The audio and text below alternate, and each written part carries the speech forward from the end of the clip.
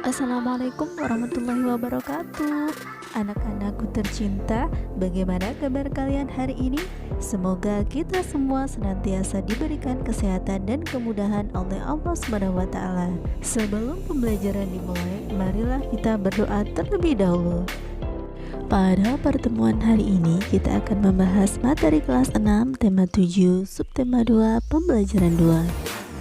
Apakah kalian pernah mendengar nama Bagong Kussudiardjo? Siapakah dia? Ya, beliau adalah seorang tokoh seni tari Jawa. Beliau mempunyai sanggar tari di Yogyakarta.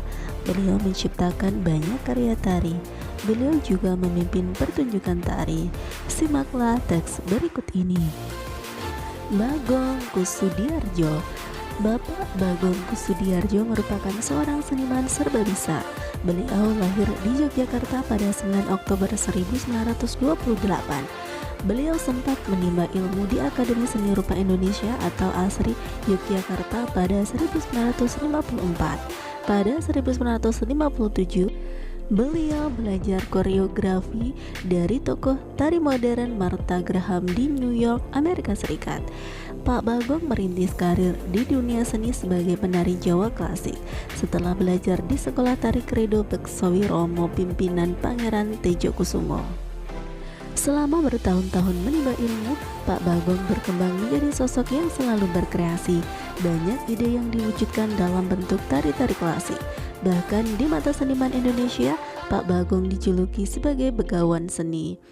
Maklum, selain menekuni dunia tari, puisi, seni lukis, dan seni patung, Pak Bagong juga aktif merintis seni batik kontemporer. Pada 5 Maret 1958, Pak Bagong mendirikan pusat pelatihan tari Bagong Kussudiardjo. Tepat 20 tahun kemudian, ia membangun padepokan seni yang ruang lingkupnya lebih luas mencakup tari, ketoprak, karawitan, dan sinden. Sejumlah karyanya juga pernah dipentaskan di beberapa negara.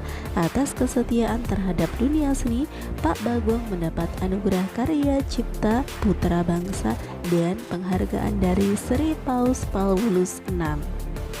Namun pada Selasa 15 Juni 2004, Pak Bagong Kussudiardjo meninggal dunia. Jenazah koreografer kondang berusia 76 tahun ini disemayamkan di Padepokan Tari Bagong Kussudiardjo dan dikebumikan di Dusun Sembungan, Gunung Sempu, Kasihan, Kabupaten Bantul. Berdasarkan teks bacaan Bagong Kussudiardjo, informasi-informasi penting yang dapat kita peroleh adalah sebagai berikut ini.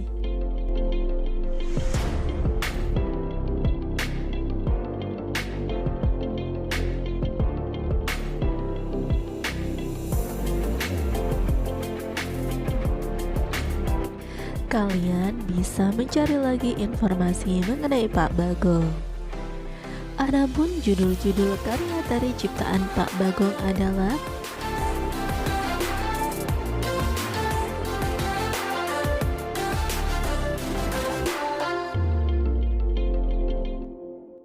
Anak-anak, adakah tokoh tari di daerahmu, baik seorang pencipta tari, penari, atau pemimpin sanggar tari? Jika ada, carilah informasi mengenai tokoh tari di daerahmu. Tuliskan pada buku tulismu. Bapak Bagong merupakan seorang tokoh tari daerah. Tari daerah dapat ditarikan secara tunggal, berpasangan, atau kelompok. Berikut contoh-contoh tari daerah yang ditarikan secara berpasangan. Di daerah berpasangan, terdapat berbagai jenis tari di Indonesia. Ada tari daerah dan ada pula tari kreasi modern. Berdasarkan banyaknya penari yang menarikan, ada tari tunggal, tari berpasangan, dan tari kelompok. Berikut beberapa contoh tari daerah berpasangan. Tari piring. Tari piring merupakan tarian yang berasal dari daerah Minangkabau, Sumatera Barat. Pada zaman dahulu, tari piring dipentaskan pada saat panen sebagai ungkapan rasa gembira dan syukur. Sesuai perkembangan zaman, saat ini tari piring dipentaskan pada acara-acara penting seperti acara pernikahan. Tari piring dibawakan dalam bentuk tari berpasangan putra dan putri yang terdapat dalam sebuah kelompok pementasan. Tari Serampang 12 merupakan tari yang terkenal di daerah Melayu seperti daerah Sumatera Utara, Melayu Deli, Sumatera Barat, Ranah Minang, dan Riau, Pekanbaru. Tari Serampang 12 merupakan tari pergaulan yang ditarikan secara berpasangan sejenis atau putra dengan putri. Tari Serampangan 12 diciptakan oleh Sauti pada tahun 1940-an. Tari Serampang 12 terdiri atas 12 pola gerak, pola edar, dan tata urutan yang didasari oleh gerakan yang ada dalam tari Melayu seperti tari Mak Inang, tari Ronggeng Melayu, dan tari Zapin. Tari Payung merupakan tari pergaulan yang dibawakan secara berpasangan. Tarian ini dibawakan oleh sepasang muda-mudi dan menggunakan perlengkapan payung. Payung lebih banyak digunakan oleh penari laki-laki, sedangkan penari wanita mengekspresikan gerakannya dengan permainan selendang. Busana penari pria berupa satu setel baju kecak musang, kain saping, dan tandak atau songkok. Busana penari wanita meliputi satu setel kebaya tabu, kain songket, ikat pinggang, dan selendang. Berikutnya adalah tari legong. Tari legong dimainkan oleh dua orang penari perempuan. Oleh karena merupakan tarian ritual persembahan, legong dahulunya hanya boleh ditarikan oleh gadis yang belum pernah menstruasi. Namun seiring pergeseran fungsinya sekarang sebagai media hiburan, aturan tersebut sudah ditinggalkan. Penari legong selalu membawa kipas sebagai alat bantu. Tari Jangger merupakan tari tradisional asal Bali dan dipentaskan oleh 10 orang yang terdiri atas pasangan muda-mudi. 5 penari pria disebut kecak dan 5 penari wanita disebut jangger. Para penari menari sambil menyanyikan lagu jangger secara bersaut-sautan. Tarian ini mengangkat kisah atau drama tentang Arjuna Wiwaha, Sunda Upasada, dan lain sebagainya. Meski tidak sepopuler tari kecak atau tari pendet, tarian ini sebetulnya memiliki makna yang mendalam. Tari Ketuk Tilu merupakan salah satu tari tradisional Jawa Barat. Tari Ketuk Tilu menjadi cikal bakal lahirnya tari Jaipong Karawang. Tarian ini dibinaskan oleh penari-penari wanita dengan gerakan dinamis dan saling mengisi. Gerakan yang dilakukan penari Ketuk Tilu diantaranya goyang pinggul, pencok muncit, gitiup, dan geol. Nama Ketuk Tilu berasal dari bunyi tabuhan 3 buah bonang yang menjadi musik pengiringnya. Kendati cukup terkenal di masa silam, saat ini kepopuleran tari Ketuk Tilu justru kalah jika dibandingkan tari Jaipong. Tari Bambangan Cakil merupakan tarian klasik yang terdapat di Jawa Tengah. Tari Bambangan Cakil menceritakan adegan perang seorang kesatria melawan raksasa. Kesatria tersebut bernama Janaka yang bersifat halus dan lemah lembut. Sebagai lambang kebaikan, sebaliknya raksasa bernama Cakil menggambarkan tokoh berkarakter kasar, sombong, dan beringas yang melambangkan kejahatan. Makna yang terkandung dalam tarian Bambangan Cakil ialah bahwa segala bentuk kejahatan dan keangkara-murkaan pasti akan kalah dengan kebaikan. Tari Zapin adalah sebuah tari tradisional yang berasal dari Riau. Tari ini syarat dengan nuansa keislaman hasil dari proses akulturasi budaya Melayu dan budaya Islam di masa silam. Tari Gandrung adalah salah satu jenis tari tradisional khas yang berasal dari Kabupaten Banyuwangi, Jawa Timur. Dalam pementasannya, tarian ini didukung berbagai unsur, yaitu penari, pemusik, alat musik, nyanyian, dan gerak tari. Tari Gandrung dilakukan dalam bentuk berpasangan antara perempuan dan laki-laki. Penari perempuan sebagai penari gandrung dan penari laki-laki dikenal sebagai paja. Musik pengiring tari gandrung antara lain kempul atau gong, kelunting, biola, kendang, dan ketuk.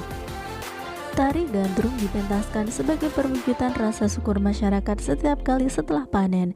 Pementasan tari Gandrung diselenggarakan sebagai bentuk kegembiraan dan hiburan. Tari Gandrung ini akhirnya menjadi ciri khas seni tari Banyuwangi sehingga menjadi maskot kota Kabupaten Banyuwangi. Dan yang terakhir adalah tari Golek Menak, adalah tari klasik yang lahir dari Keraton Yogyakarta. Tarian Golek Menak diciptakan oleh Sri Sultan Hamengkubuwono IX dan pertama kali dipentaskan pada sekitar tahun 1941. Tarian ini juga dikenal dengan sebutan tari bekso, Golek Menak atau Beksan Menak. Ide gagasan penciptaan tari Golek Menak berasal dari pertunjukan wayang golek. Tarian yang panjang dan gerak tari yang bersemangat dapat menyebabkan penari berkeringat banyak. Karena itu, para penari sangat memperhatikan kebersihan badannya. Kita juga harus menjaga kebersihan badan. Remaja yang sedang dalam masa pubertas biasanya banyak beraktivitas. Kelenjar keringat dan kelenjar minyak juga lebih aktif akibat pengaruh hormon. Apabila kamu tidak memperhatikan kebersihan badan dan pakaian, tentu akan menimbulkan masalah bagi kesehatan dan dalam pergaulan bersama teman. Berikut ini adalah cara menjaga kesehatan reproduksi pada masa pubertas.